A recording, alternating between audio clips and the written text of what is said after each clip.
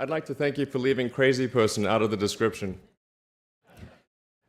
So I thought, I was trying to think, what is the most useful thing that I could, what could I say that could actually be helpful or useful to you in the future? And I thought I'd perhaps tell the story of how I sort of came to be here. How did some of these things happen? And maybe there's some lessons there, because I often find myself wondering, how did this happen? So when I was young, I didn't really know what I was going to do when I got older. People kept asking me, but then eventually I thought that the idea of inventing things would be really cool. And the reason I thought that was because I read a quote from Arthur C. Clarke, which said that a sufficiently advanced technology is indistinguishable from magic, and that's really true. If you go back, say 300 years, the things that we take for granted today would be you'd be burned at the stake for. Being able to fly, that's crazy. Being able to see over long distances, being able to communicate, having effectively with the internet a group mind of sorts, and having access to all the world's information instantly from almost anywhere on the earth. This is stuff that really would be magic, or would be considered magic in times past. In fact, I think it actually goes beyond that, because there are many things that we take for granted today that weren't even imagined in times past. They weren't even in the realm of magic. So it actually goes beyond that. So I thought, well, if I can do some of those things, basically if I can advance technology, then that's like magic, and that would be really cool. And I also had sort of a slight existential crisis, because I was trying to figure out what does it all mean? Like, what's the purpose of things? And I came to the conclusion that if we can advance the knowledge of the world, if we can do things that expand the scope and scale of consciousness, then we're better able to ask the right questions and become more enlightened, and that's really the only way forward. So I studied physics and business, because I figured in order to do a lot of these things, you need to know how the universe works, and you need to know how the economy works. And you also need to be able to bring a lot of people together to work with you to create something, because it's very difficult to do something as an individual if it's a significant technology. So I originally came out to California to try to figure out how to improve the energy density of electric vehicles, basically to try to figure out if there was an advanced capacitor that could serve as an alternative to batteries. And that was in '95, and that's also when the internet started to happen. And I thought, well, I can either pursue this technology where success may not be one of the possible outcomes, which is always tricky, or participate in the internet and be part of it. So I decided to drop out. Now, obviously, fortunately, we're past graduation, so I can't be accused of recommending that to you. So did some internet stuff. Did a few things here and there. One of which was PayPal.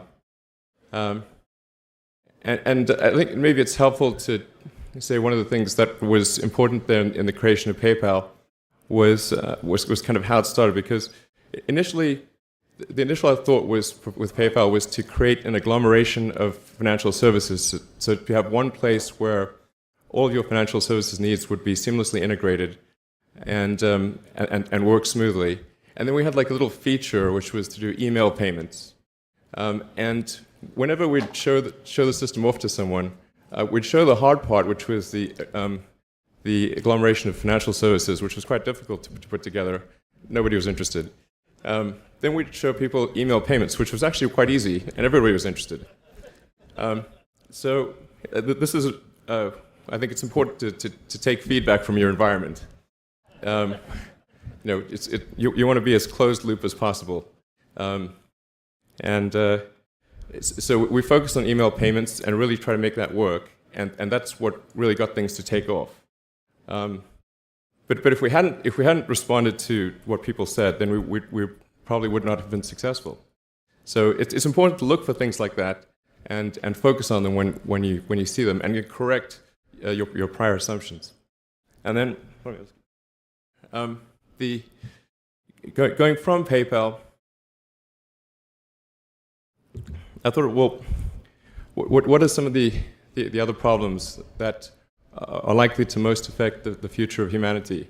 It really wasn't from the perspective of what's the rank-ordered best way to make money, which is okay, but it was really what I think is going to most affect the future of humanity. So I think the biggest terrestrial problem we've got is sustainable energy, but the production and consumption of energy in a sustainable manner. If we don't solve that this century, we're in deep trouble. And then the other one being the extension of life beyond Earth to make life multiplanetary. So that's the basis for the latter is the basis for SpaceX, and the former is the basis for Tesla and Solar City. And when I started SpaceX, initially I thought that, well, there's no way one could possibly start a rocket company. I wasn't that crazy.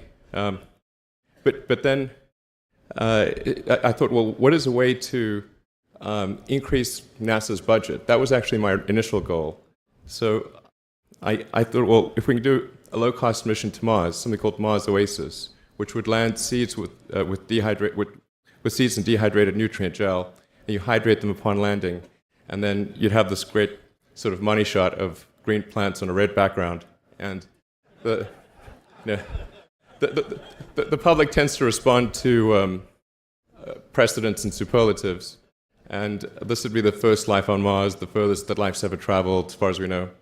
And I thought, well, that would get people really excited, and therefore increase NASA's budget. So obviously, the financial outcome from such a mission would probably be zero. So anything better than that was on the upside. So I actually went to Russia 3 times to look at buying a refurbished ICBM. Because that was the best deal. And I can tell you it was very weird going there in late 2001, 2002, going to the Russian rocket forces and saying, I'd like to buy 2 of your biggest rockets, but you can keep the nuke. That's a lot more. And that was 10 years ago, I guess, so they thought I was crazy, but I did have money, so that was okay. And after making several trips to Russia, I came to the conclusion that actually my initial impression was wrong about that, because my initial thought was, well, that there's not enough will to explore and expand beyond Earth and have a Mars base and that kind of thing. But I came to the conclusion that was wrong. In fact, there's plenty of will, particularly in the United States, because the United States is a nation of explorers, of people who came here from other parts of the world. I think the United States is really a distillation of the spirit of human exploration. So, but if people think it's impossible, then, or it's going to completely break the federal budget, then they're not going to do it. So after my 3rd trip, I said, okay, well, what we really need to do here is try to solve the space transport problem, and started SpaceX. This was against the advice of pretty much everyone I talked to. One friend made me sit down and watch a bunch of videos of rockets blowing up. Let me tell you, he wasn't far wrong. It was tough going there in the beginning because I'd never built anything physical. I mean, I'd built like little model rockets as a kid and that kind of thing, but I'd never had a company that built anything physical. So I had to kind of figure out how to do all these things and bring together the right team of people, and so we did all that and then failed 3 times. It was tough going. Because the thing about a rocket is that the passing grade is 100%. You don't get to actually test the rocket in the real environment that it's going to be in. So I think the best analogy for rocket engineering is like if you want to create a really complicated bit of software, you can't run the software as an integrated whole, and you can't run it on the computer it's intended to run on. But the first time you put it all together and run it on that computer, it must run with no bugs. That's basically the essence of it.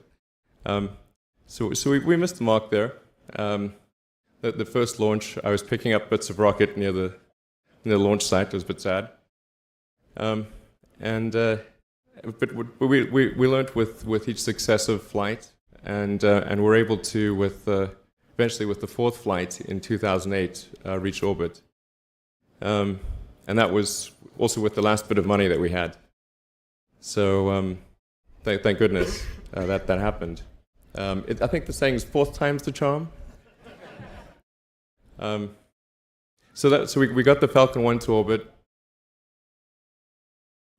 and then began to scale that up to the Falcon 9, which is about an order of magnitude more thrust. It's around 1 million pounds of thrust, and we managed to get that to orbit, and then developed a Dragon spacecraft, which recently was able to dock and return to Earth from the space station. That was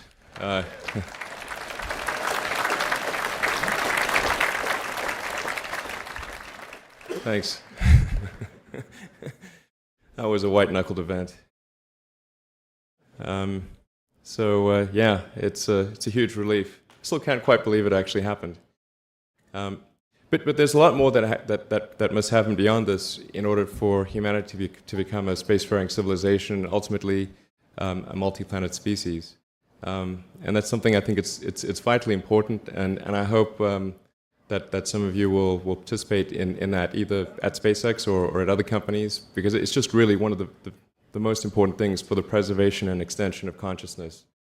I mean, it's worth noting, as I'm sure people are aware, the Earth has been around for 4 billion years, and civilization, at least in terms of having writing, has been around for 10,000 years, and that's being generous. It's really somewhat of a tenuous existence that civilization and consciousness, as we know it, has been on Earth, and I think. I'm actually fairly optimistic about the future of Earth, so I don't want to sort of people to have the wrong impression that I think we're all about to die.